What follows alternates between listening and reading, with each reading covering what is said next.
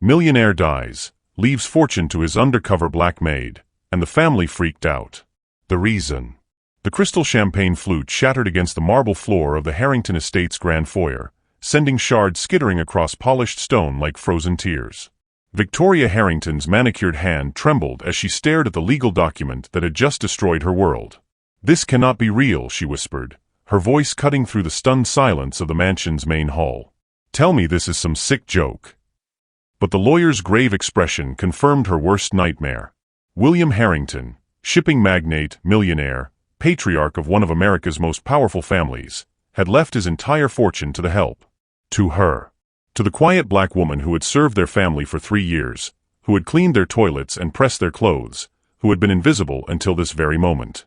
Naomi Washington stood perfectly still in the doorway, her dark eyes reflecting none of the chaos erupting around her. She wore the same simple black uniform she'd worn every day for 3 years, but something had shifted in her posture. The submissive hunch of her shoulders had straightened. The downcast gaze had lifted. For the first time since she'd walked through these doors, she looked like she belonged here. $47 billion, the lawyer continued, his voice echoing in the cavernous space. The shipping empire, the real estate holdings, the art collection, the offshore accounts, everything goes to Miss Naomi Washington, effective immediately. Hey there, beautiful souls. Welcome back to Mr. Paul's Stories, where we dive deep into stories that will absolutely blow your mind. I hope you're having an incredible day, wherever you're watching from. Drop a comment and let me know what corner of the world you're tuning in from. And if you haven't already, please hit that subscribe button because trust me, you're going to want to follow this journey to the very end. Charles Harrington, William's eldest son, lunged forward, his face purple with rage. She manipulated him. She's nothing but a gold-digging.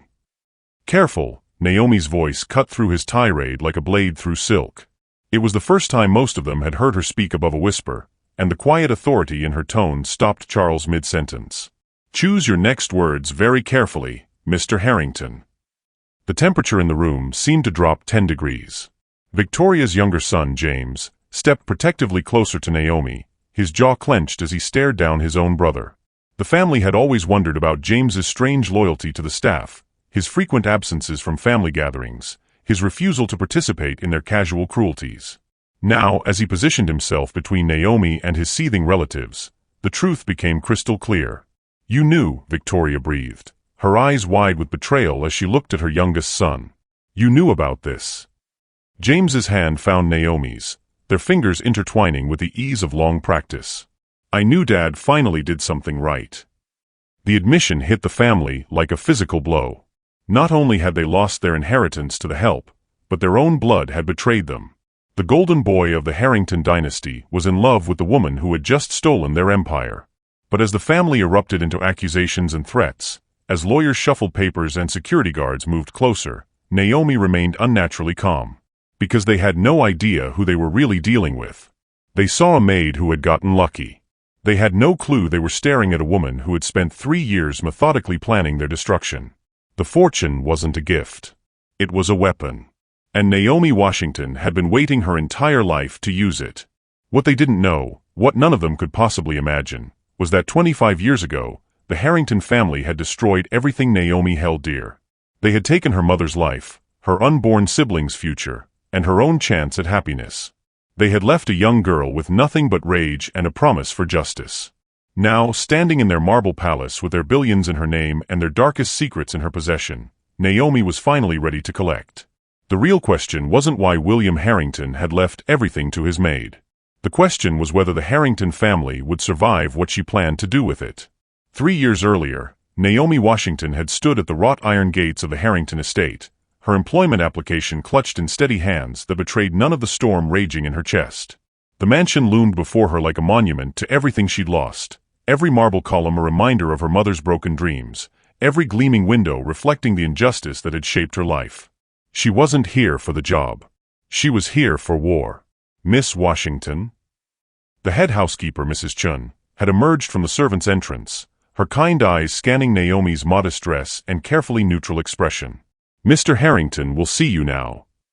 Naomi had prepared for this moment for years. She'd studied the family's routines, their weaknesses, their secrets. She knew that Victoria Harrington spent her afternoons at the country club, gossiping about charity galas while her husband worked 16-hour days to maintain an empire built on other people's suffering.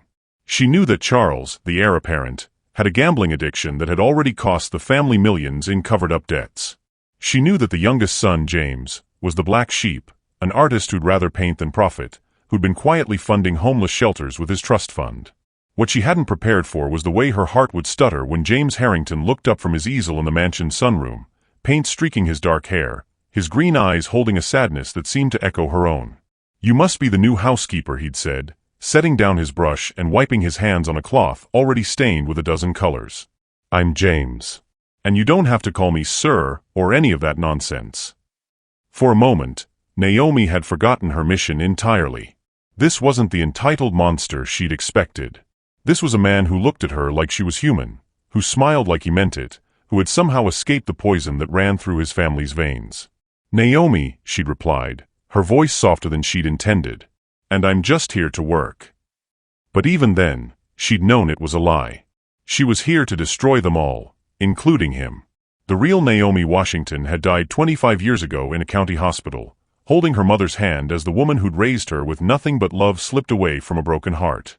The woman who'd taken her place was forged in grief and tempered by rage, shaped by years of watching the Harrington family prosper while her mother's grave grew weeds.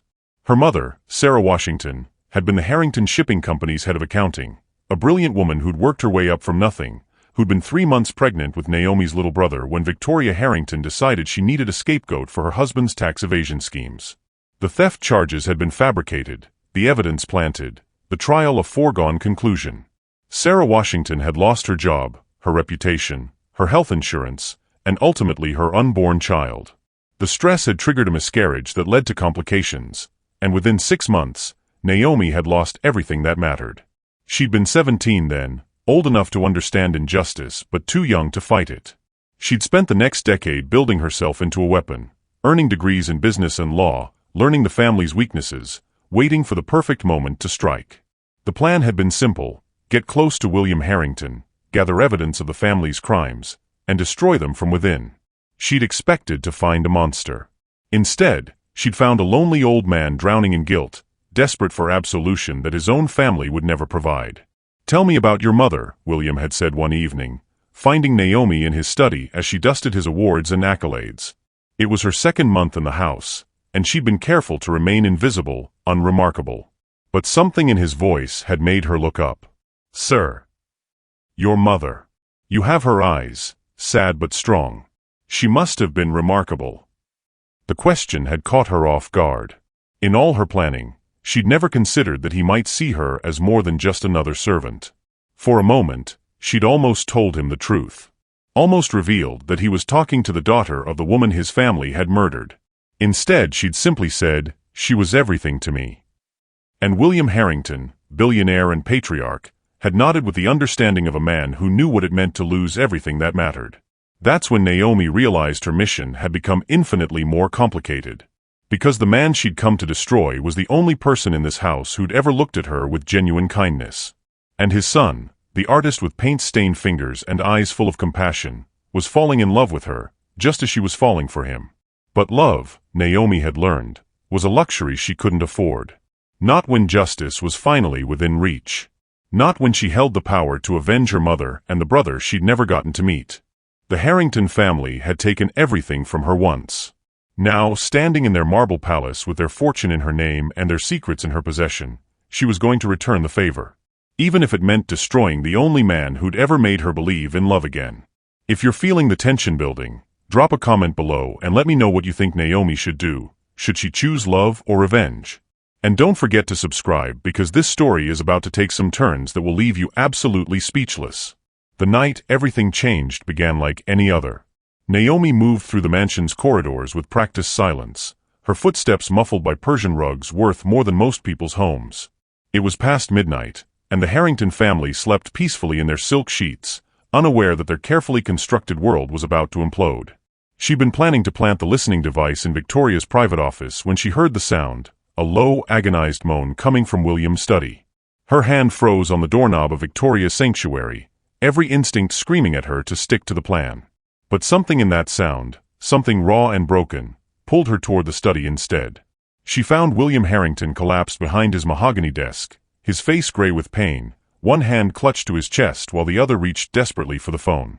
The heart attack was massive. She could see it in the way his body convulsed, in the terror flooding his eyes as he realized he was dying.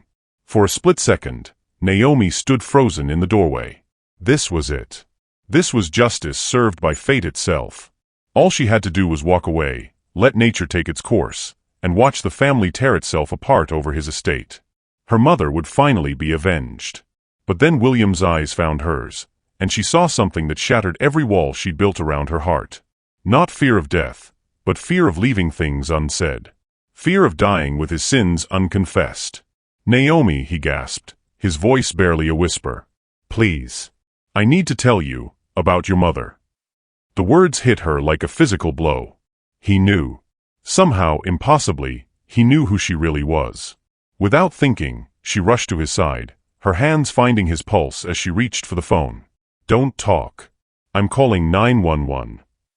"No," he gripped her wrist with surprising strength. "Listen to me. Sarah Washington. I know what my family did to her. I know what I let happen." Naomi's world tilted on its axis. "You knew? All this time, you knew who I was." "From the moment you walked through my door," William's breathing was labored, but his eyes were clear. "You have her intelligence, her grace. I've been waiting for you to make your move." The paramedics arrived in a blur of sirens and shouting, but not before William pressed something into Naomi's palm, a small key warm from his touch. "My private safe," he whispered as they loaded him onto the stretcher. "Everything you need, to destroy them or save them. Your choice." The family descended on the hospital like vultures, Victoria's tears as artificial as her latest facelift, Charles already making calls to lawyers and accountants. But it was James who found Naomi in the waiting room, his paint-stained shirt thrown on hastily, his hair wild from sleep. "Are you okay?" he asked, and the genuine concern in his voice nearly broke her resolve. "Mrs. Chun said you found him." Naomi nodded, unable to trust her voice. The key burned in her pocket like a brand, and she could feel the weight of 25 years of planning pressing down on her shoulders.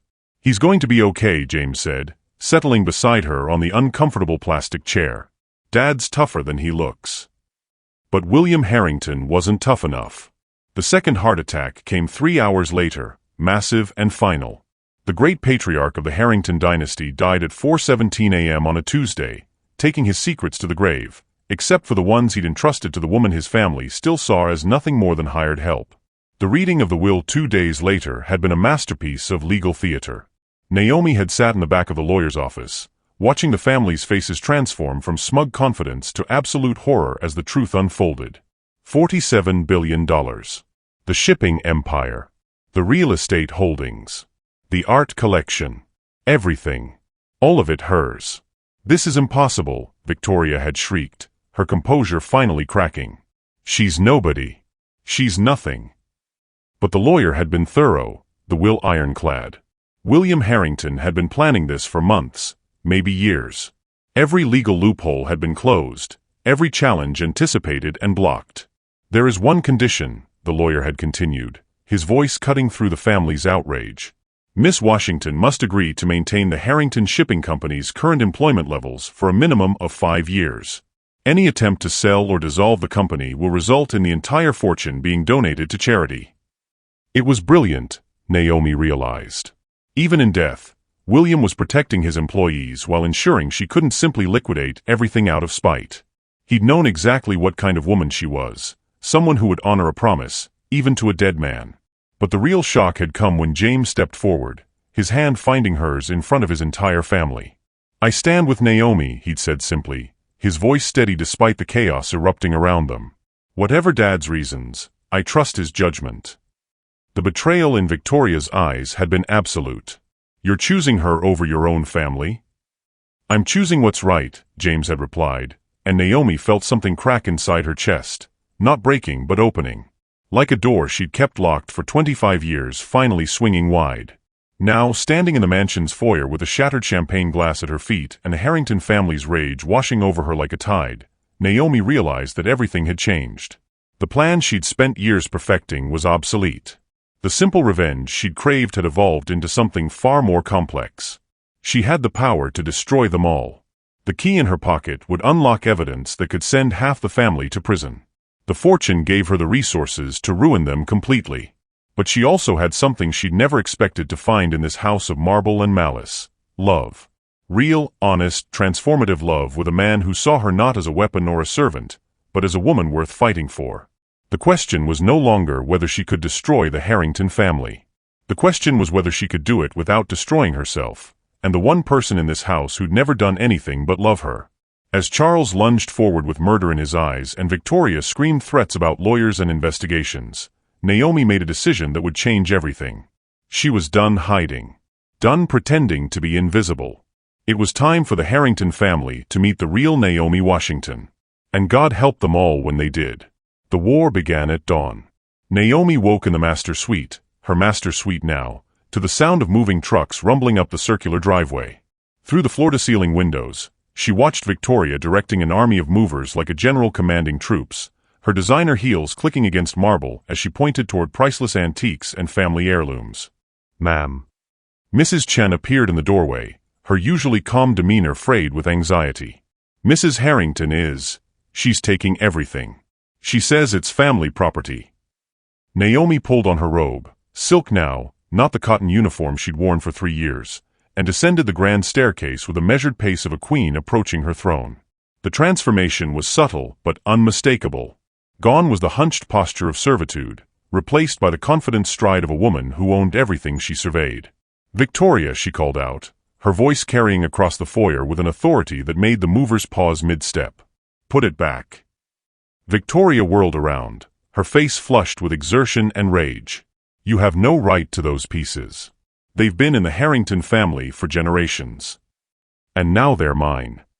Naomi descended the final steps, her bare feet silent on the cold marble. Every painting, every sculpture, every stick of furniture. It's all detailed in the will. "The will that you manipulated a dying old man into signing," Charles snarled, emerging from the library with a crystal decanter clutched in his hands like a weapon. "We know what you are. We know what you did."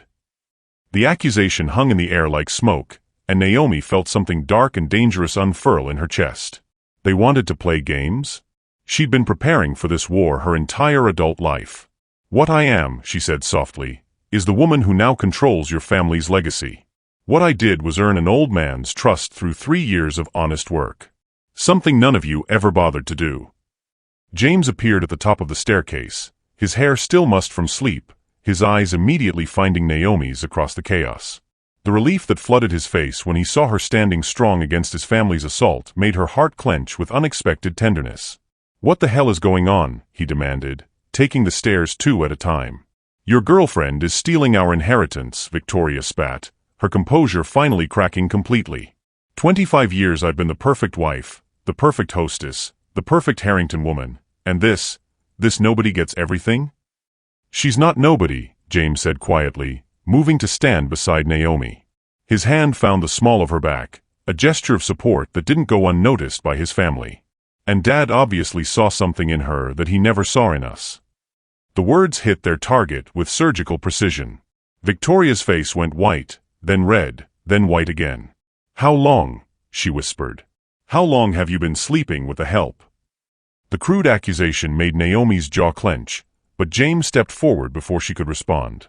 "Careful, Mother. You're talking about the woman I love." The admission dropped into the room like a bomb.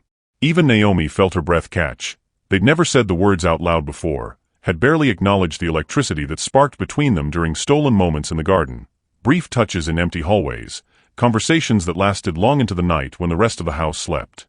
Love. Charles laughed, but there was no humor in it. "She's a gold digger, James. A con artist who's been playing the long game. Wake up before she destroys what's left of this family."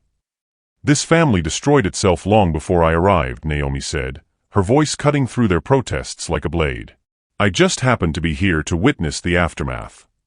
She turned to the movers, who had been watching the family drama unfold with the fascination of spectators at a particularly vicious tennis match. "Gentlemen, please return everything to its original location. Mrs. Harrington no longer has authority in this house." "You can't do this," Victoria's voice cracked with desperation. "This is my home. I've lived here for 25 years.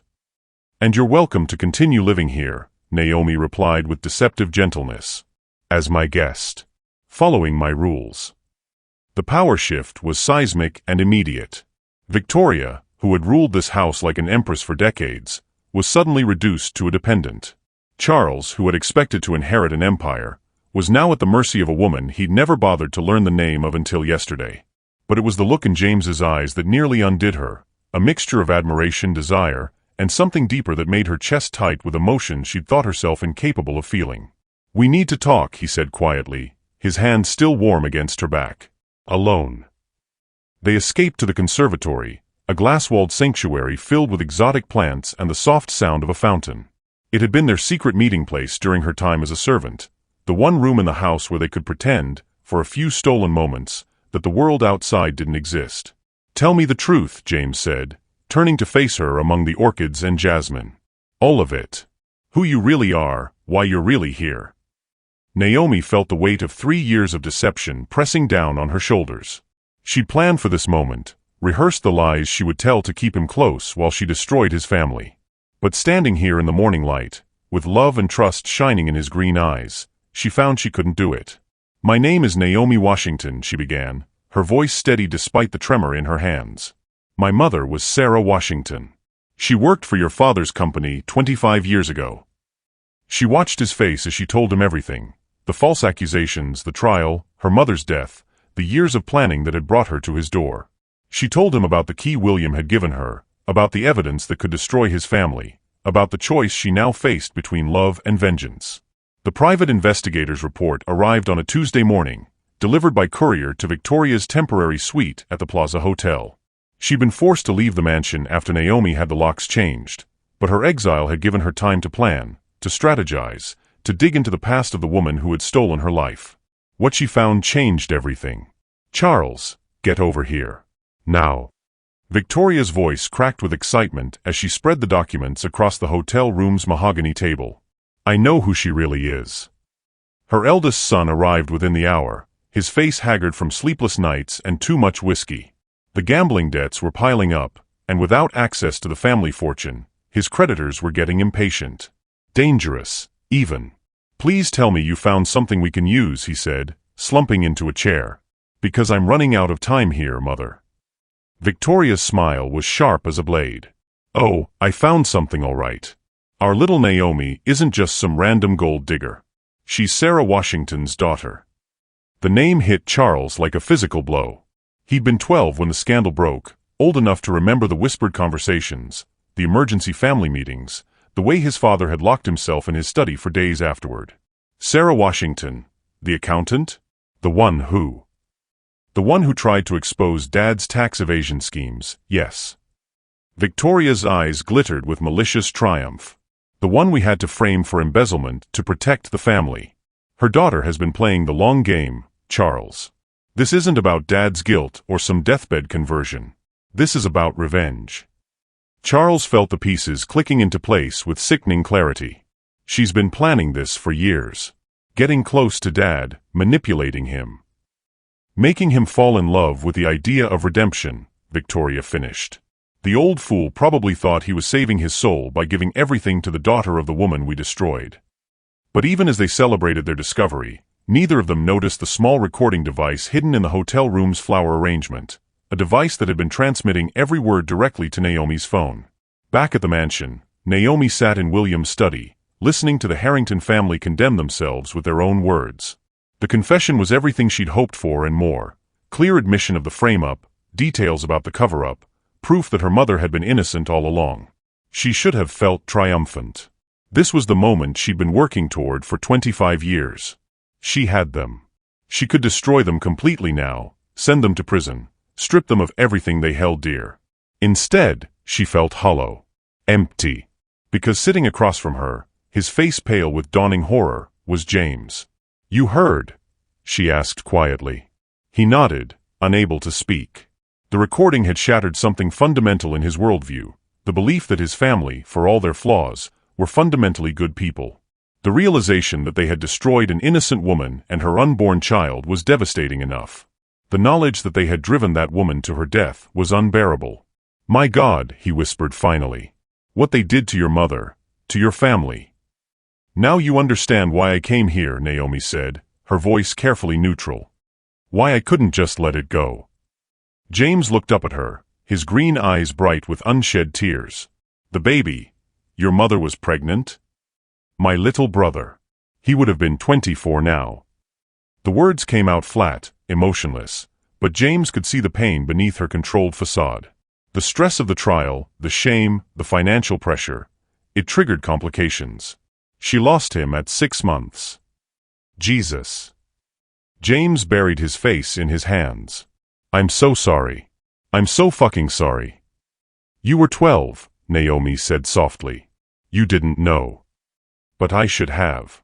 I should have asked questions, should have wondered why Dad was so different after that year. He was never the same, was he? The guilt was eating him alive." Naomi nodded. "He told me, near the end. Said he'd been trying to find a way to make amends for decades. That's why he left me everything, not because he loved me, but because he owed me a debt he could never repay." The revelation hung between them like a chasm. Everything James thought he knew about his father, his family, his own privileged life had been built on the destruction of an innocent woman and her children. "What are you going to do?" he asked finally. Naomi stood and walked to the window, looking out at the gardens where she and James had shared their first kiss just weeks ago. It felt like a lifetime now. "I have enough evidence to send your mother and brother to prison," she said quietly. "The recording, the documents your father kept, the financial records showing how they covered their tracks. I could destroy them completely." "But..." She turned back to him, and James saw something in her eyes that made his heart stop. Not the cold fury he'd expected, but something infinitely more dangerous: love. Real, devastating, transformative love that was tearing her apart from the inside. "But I love you," she whispered, the words falling between them like stones into still water. "And destroying your family would destroy you too." James was across the room in 3 strides, his hands framing her face as he searched her eyes. "No," he said fiercely. "Don't you dare sacrifice your justice for me. Don't you dare let them get away with what they did because you're afraid of losing me." "James." "I mean it, Naomi. If you let them walk away from this, you'll never forgive yourself. And eventually, you'll never forgive me either." The truth of his words hit her like a physical blow. He was right.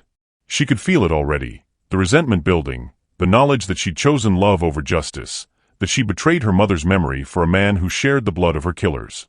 "Then what do we do?" she asked, her voice breaking. "How do I choose between avenging my mother and loving you?"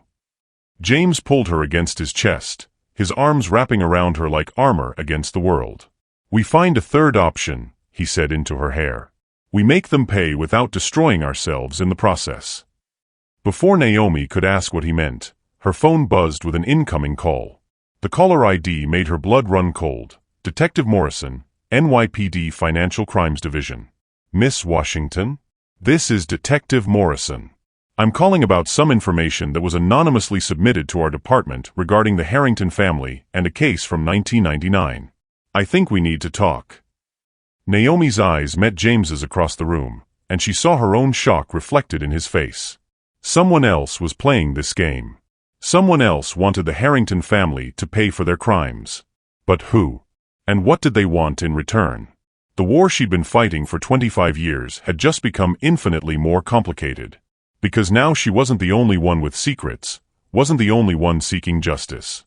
The question was, were they an ally or an enemy? And could she trust them with the truth she'd been guarding her entire adult life?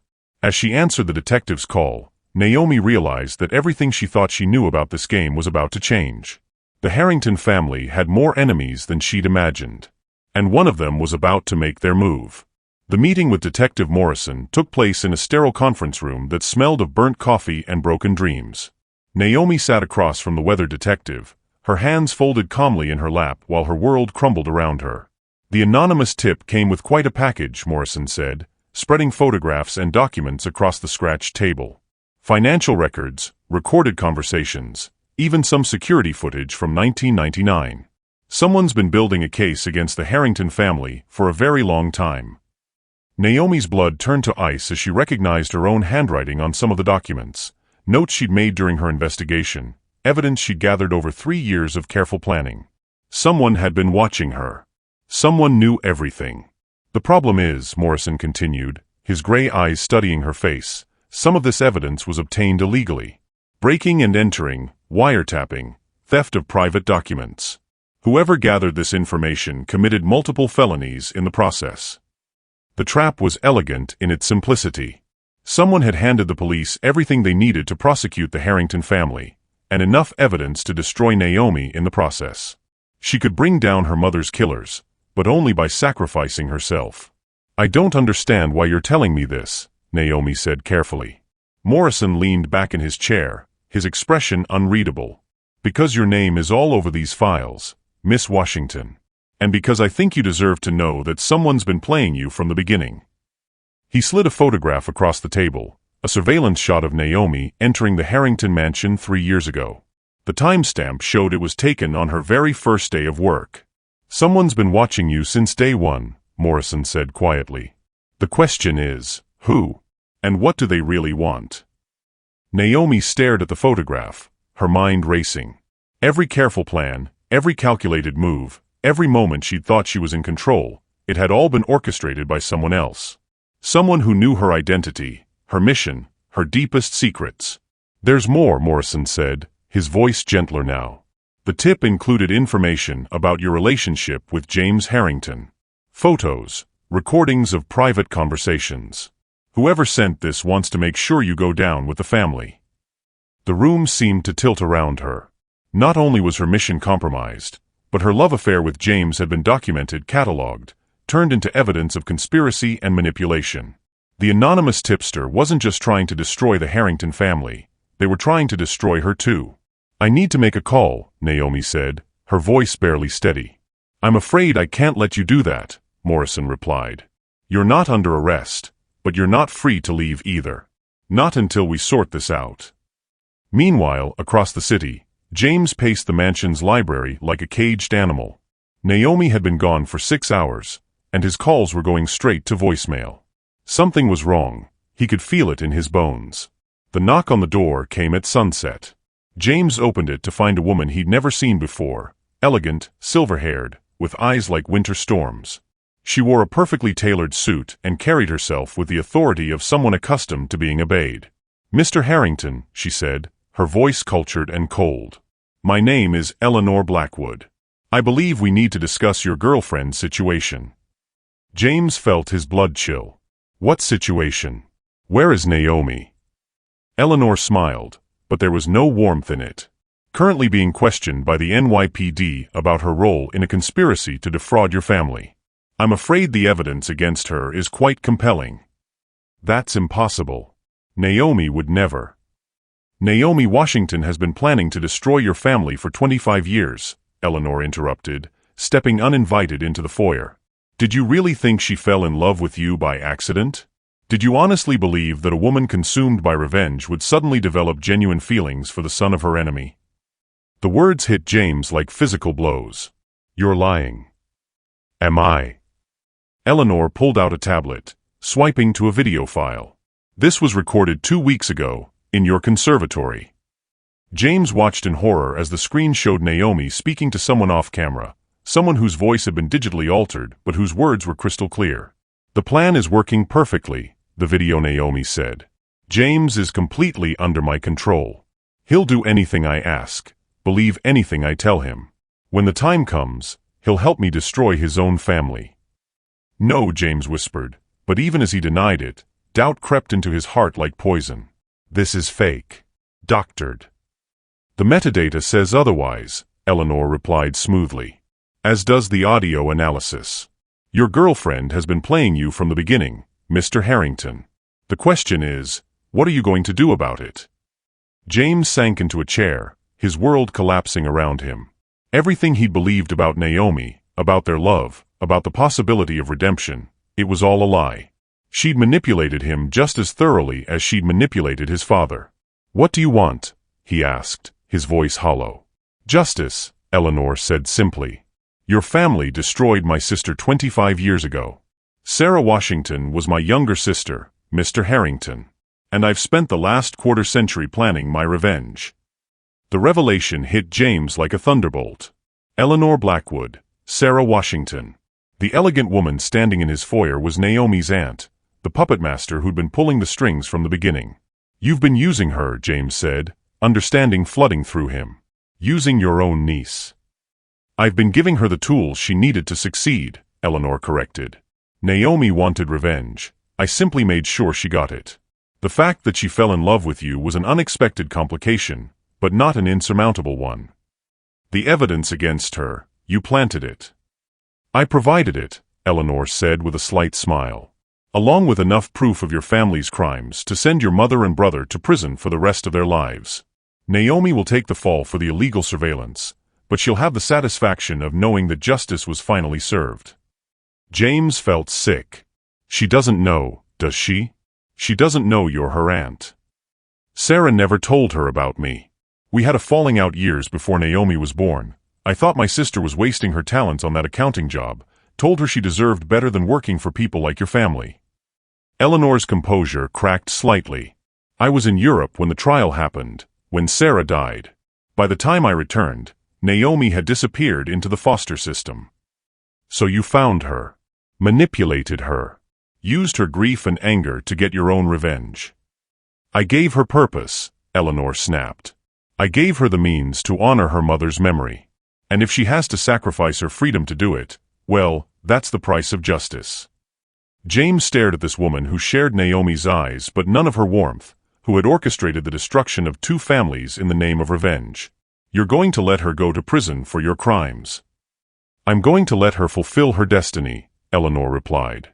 The question is, are you going to stand by and watch, or are you going to try to save the woman who's been lying to you for 3 years? As if summoned by their conversation, James's phone buzzed with a text from an unknown number. She's at the 14th precinct. They're charging her tonight. Choose wisely. James looked up to find Eleanor gone, vanished as silently as she'd appeared. He was alone in the mansion that had become a mausoleum, faced with an impossible choice: save the woman he loved, knowing she'd been manipulating him from the beginning, or let justice take its course and watch her pay for crimes she'd committed in the name of a revenge that wasn't even entirely her own. Outside, storm clouds gathered over the city, and James Harrington realized that the darkest hour of his life had only just begun. The woman he loved was about to be destroyed by the very family she'd tried to bring down. And he was the only one who could save her, if he could find the strength to forgive the unforgivable. The 14th precinct at midnight was a symphony of desperation, fluorescent lights humming overhead, phones ringing with the city's endless catalog of crimes, and the bitter smell of institutional coffee that had been brewing since the Carter administration. James Harrington had never set foot in a police station before, but he walked through those doors like he owned the place, his trust fund confidence intact despite the chaos in his heart. I'm here to see Naomi Washington, he told the desk sergeant, his voice steady despite the storm raging inside him. Visiting hours are over, pal. Come back tomorrow. James pulled out his phone and made a call that would have impressed his father. Within 10 minutes, the precinct's captain was personally escorting him to the holding area, muttering about influential families and political pressure. He found Naomi in an interrogation room, her hands cuffed to a metal table, her usually perfect composure finally cracked. She looked up when he entered, and the relief in her eyes was so genuine, so raw, that it nearly brought him to his knees. James, she whispered, you shouldn't be here. Where else would I be?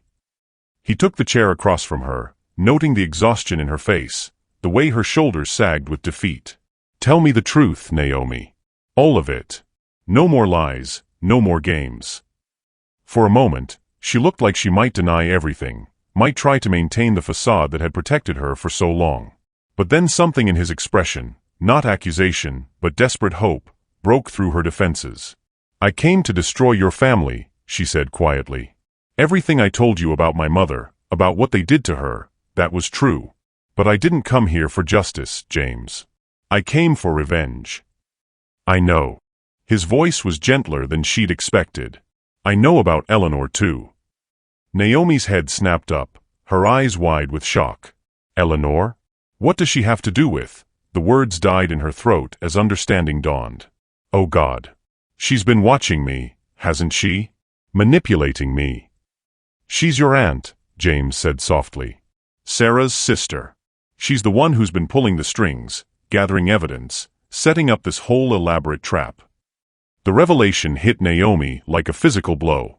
Every careful plan, every calculated move, none of it had been hers. She'd been a puppet dancing to someone else's tune, a weapon wielded by a woman she'd never even known existed.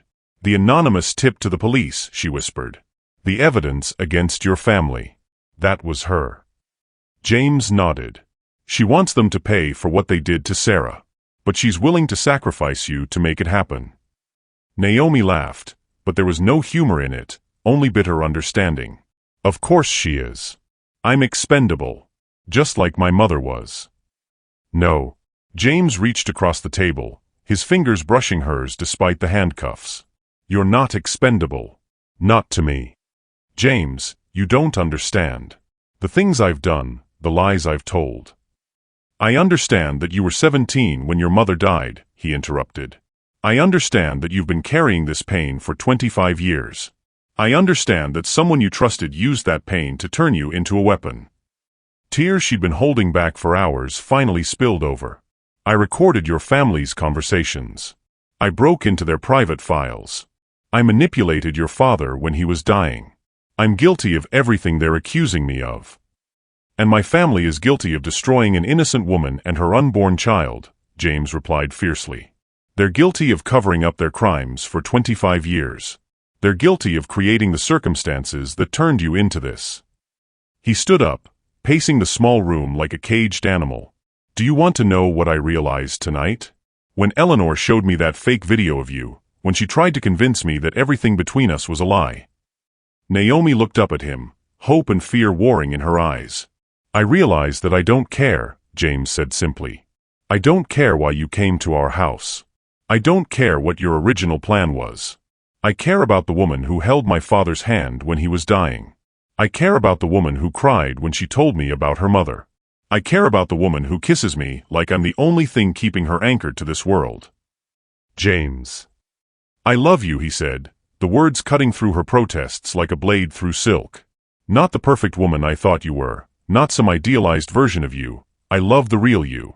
The broken, angry, beautiful, complicated woman who's been fighting for justice in the only way she knew how. The words hung between them like a bridge across an impossible chasm. Naomi stared at him, this man who should hate her, who should be running as far from her as possible, and saw only love in his eyes. Real, unconditional, transformative love. What are you saying? She whispered. I'm saying we fight back, James said, his voice gaining strength. Together. We expose Eleanor's manipulation. We make sure my family pays for their crimes without you taking the fall for hers. How? The evidence against me is overwhelming. James smiled, and for the first time since this nightmare began, it reached his eyes. Because I know something Eleanor doesn't. Something that changes everything. He pulled out his phone, scrolling to a video file. Remember the night Dad died? When you found him in his study? Naomi nodded, confused. The study has a security camera. Dad had it installed years ago after some corporate espionage issues. Eleanor doesn't know about it because it's not connected to the main system. It records directly to a hidden server. James turned the phone toward her, and Naomi watched herself on the screen, rushing to William's side, calling 911, holding his hand as he confessed his guilt and pressed the key into her palm.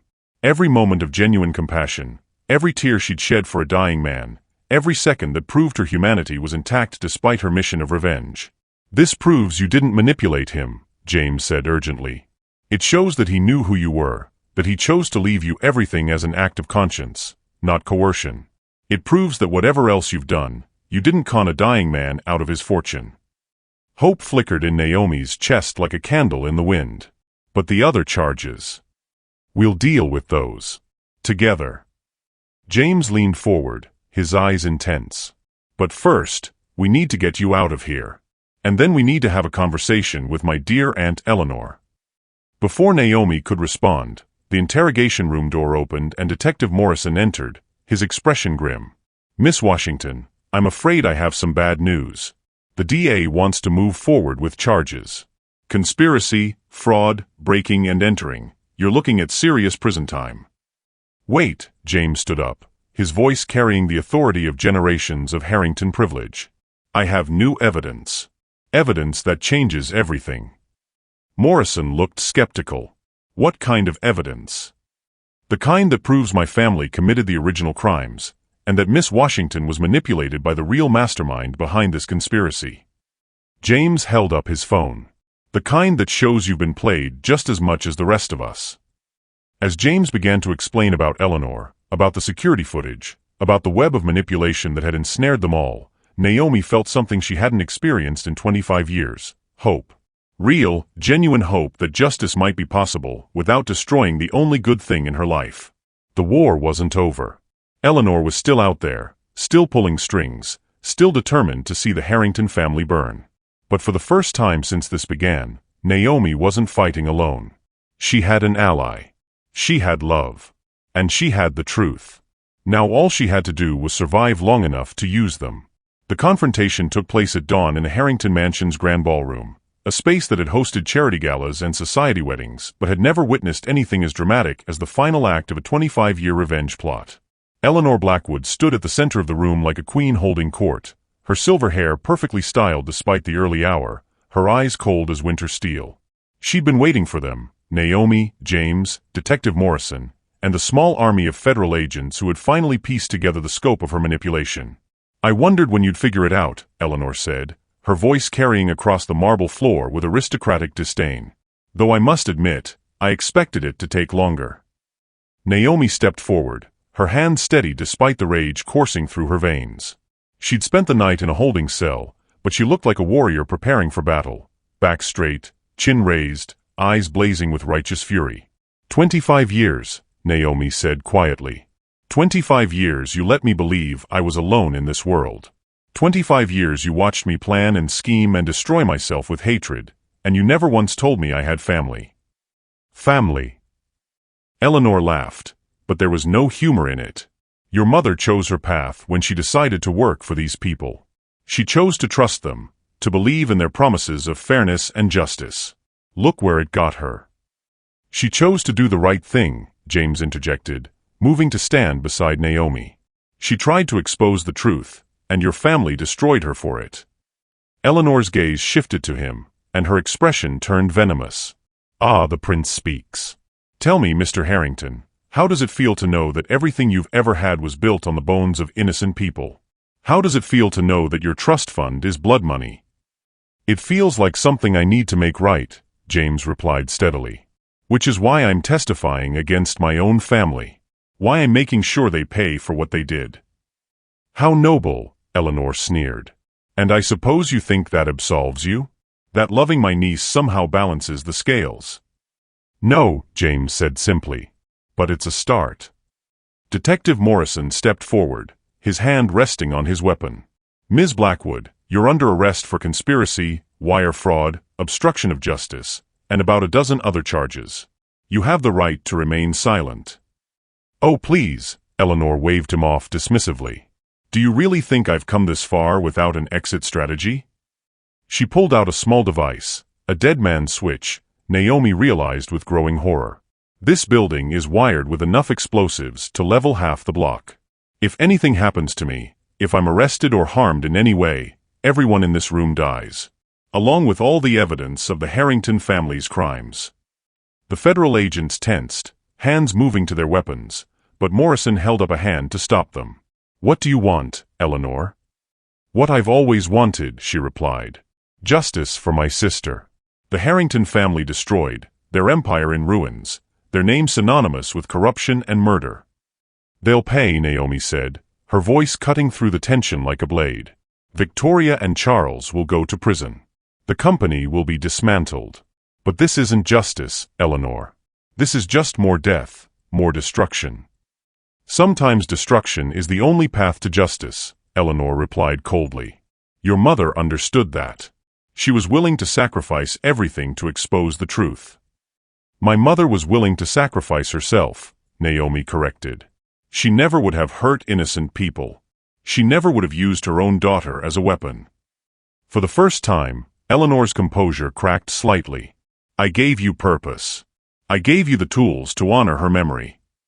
You gave me hatred, Naomi shot back. You fed my pain and anger until it consumed everything good in me. You turned me into a monster, just like them. You are nothing like them. Aren't I? Naomi stepped closer, her voice dropping to a whisper. I manipulated a dying man. I lied to someone I loved. I was willing to destroy an entire family to satisfy my need for revenge. How is that different from what they did to my mother?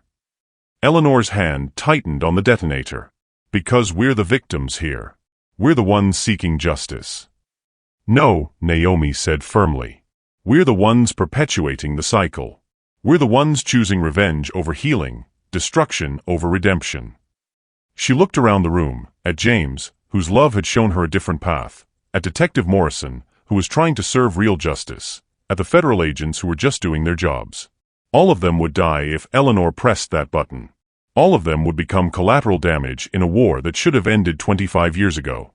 I forgive you, Naomi said suddenly, the words falling into the silence like stones into still water. Eleanor's eyes widened in shock. What? I forgive you for using me. I forgive you for lying to me.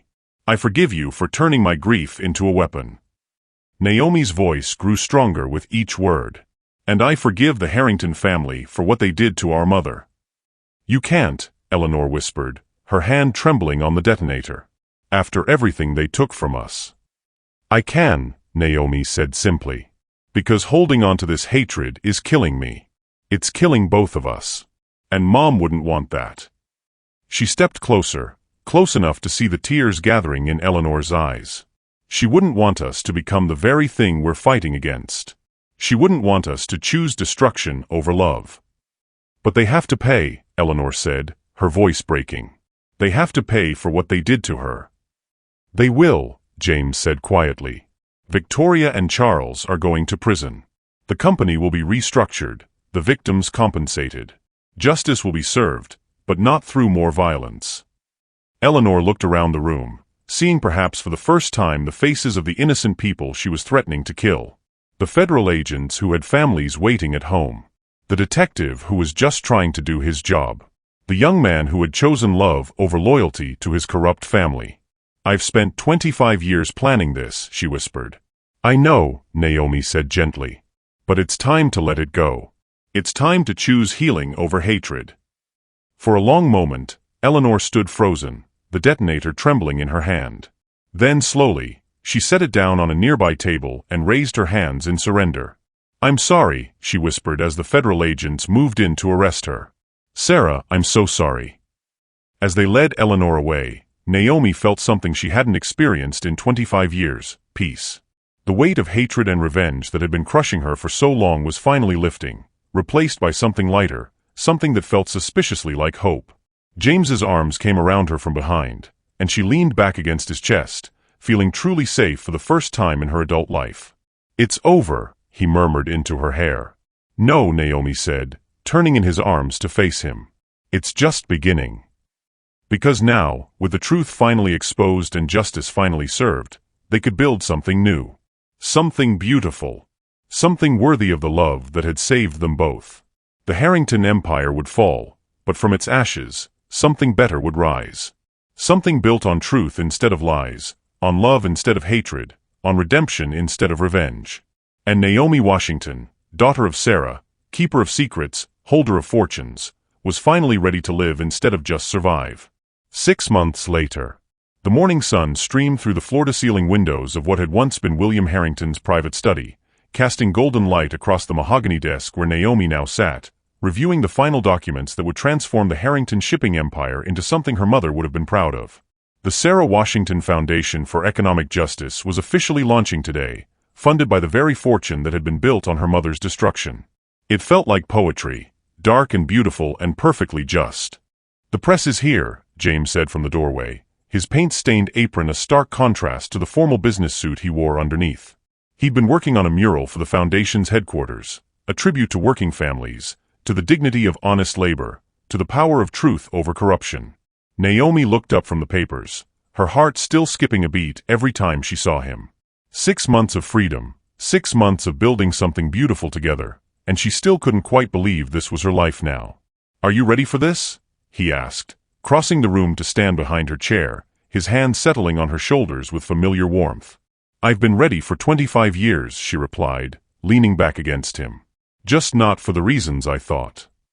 The press conference was held in the mansion's grand ballroom, the same room where Eleanor had made her final stand, where the cycle of revenge had finally been broken. Now it was filled with reporters, community leaders, and representatives from the dozens of organizations that would benefit from the foundation's work.